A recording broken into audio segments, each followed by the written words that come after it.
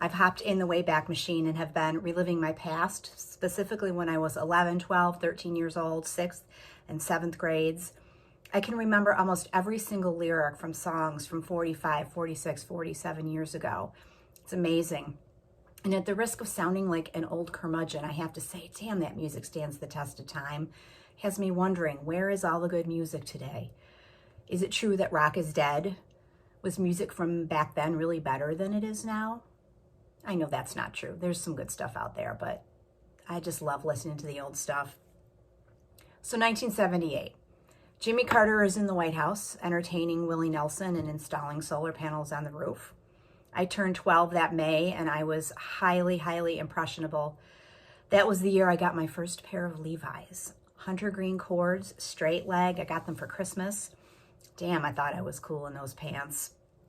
Here's a little aside, kind of off topic, but remember when people wore actual clothes? Like pants and shirts with buttons and collars and shoes that were made out of leather, not jeans and t-shirts or athletic clothing or things made out of plastic.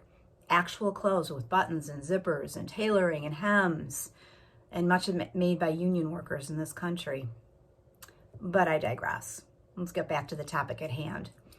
What I'm getting at here is that 1978 was a year of absolutely tremendously fantastic music releases, from debut albums by bands that finally broke through to standout releases by some of the 70s greatest artists, and some of those people are still performing today. Let's start with my boys, Benjamin, Rick, Elliot, David, and Greg, the Cars. So on May 29th, 1978, the single Just What I Needed, like I said, from the Cars' debut album was released, and that debut album is just about perfect in every way. The album cover is unforgettable, although I guess the band didn't really like it. It wasn't what they had envisioned. It was forced upon them by the record label instead of the one that was originally designed by David Robinson, and I guess again, from what I've read, that design ended up on the album sleeve inside instead. Well, they may have hated it, but I think most people thought it was really neat. That beautiful girl with those red lips and the white teeth and that clear steering wheel. I mean, what kind of car has a clear steering wheel? It made an absolute impression, and I think it really made people want to buy the album. Every single song on that album is great, not just good, but great.